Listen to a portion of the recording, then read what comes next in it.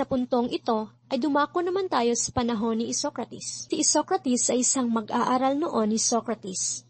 Siya ay kinikilalang pinaka-maimpluwensyang retorisya noon sa kanyang panahon. Siya ay nagtatag ng sariling paaralan na naglalayon na magturo ng estilo ng pananalumpati batay sa maindayog at magandang pagkakatugma ng mga salita sa paraang tuluyan o prosa.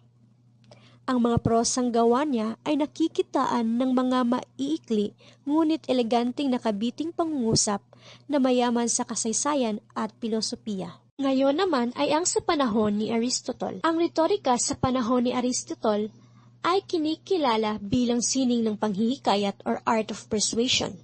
Binigyan niya ng diin ang katangian ng nagsasalita, ang lohikal ng kanyang kaisipan, at ang kakayahang pumukaw ng damdamin ng mga nakikinig. Ayon din sa kanya, ang tagumpay ng argumento ay nakabase sa katotohanan at hindi sa pamamagitan ng paghihikayat gamit ang apil sa emosyon.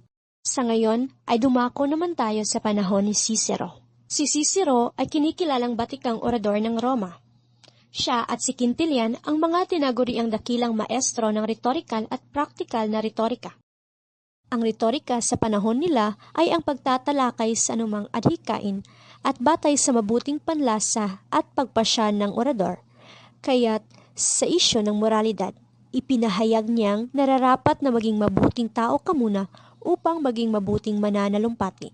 Si Cicero ay pinamanahan ni Aristotle sa larangan ng oratoryo at ito ang forensic. Ano nga ba ang forensic? Ito ay nakatuon sa nakaraan at siyang batayan sa ngayon ng mga abogado para sa kanilang legal na salaysay. Ang ikalawa naman ay ang oratoryong deliberative o pampolitika. Ano nga ba ang oratoryong deliberative? Ito ay nakatuon ang pansin sa hinaharap. Dito sinasabing nagsimula ang malayang pagkilos at talakayan ng mga pagtatalong pampubliko o public debate. Ang pangatlong pamana ni Aristotle sa larangan ng oratoryo ay panseseremonya o kung tawagin ay epidictic. Ito ay kakikitaan ng mga mabubulaklak at madamdaming mga salita. Ito rin ay karaniwang binibigkas sa pagbibigay ng papuri ng isang bagay o mga tao. Ito ay tinatawag na declamation sa English.